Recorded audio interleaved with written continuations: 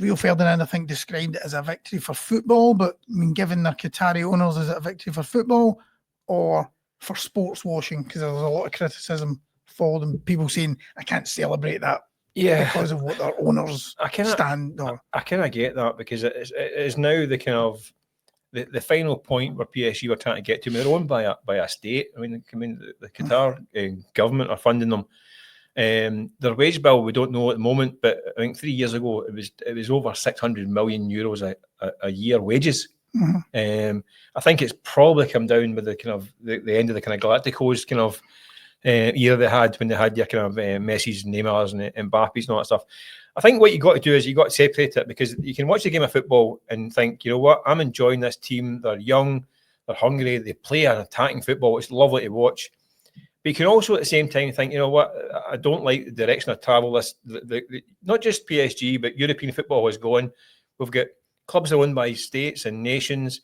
We've got clubs owned by billionaire owners from America, venture capitalists and all that stuff. And I think we have kind of sold our soul in football to these kind of money men, and it's taken away the kind of the old-fashioned romances about it. But you've hit the nail on the head, Michael. That's exactly how I feel about it.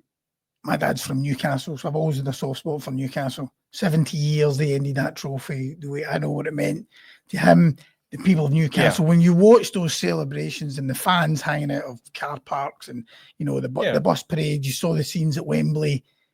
I was happy for them, for those fans who had waited so long. So you're a glory hunters. I thought you were Blythe Spartans fans. You jumped on the Newcastle bandwagon. Both. Dear, that's as it sums it up. Both. This sums up the modern game. Jumping on the bandwagon. Blythe Spartans and Newcastle. You can have those two teams. But you know what I mean. Again, you know, you lived down in the northeast for a spell as well, didn't you? So you know the passion down there. You're happy for them, for the people, for the Newcastle, you know, diehards. You're not thinking. Fans don't really care where the money comes from, do they? Really, exactly. Let's be honest. But I think it's a wee bit of a shame, and I think it's skewed the look of international club football.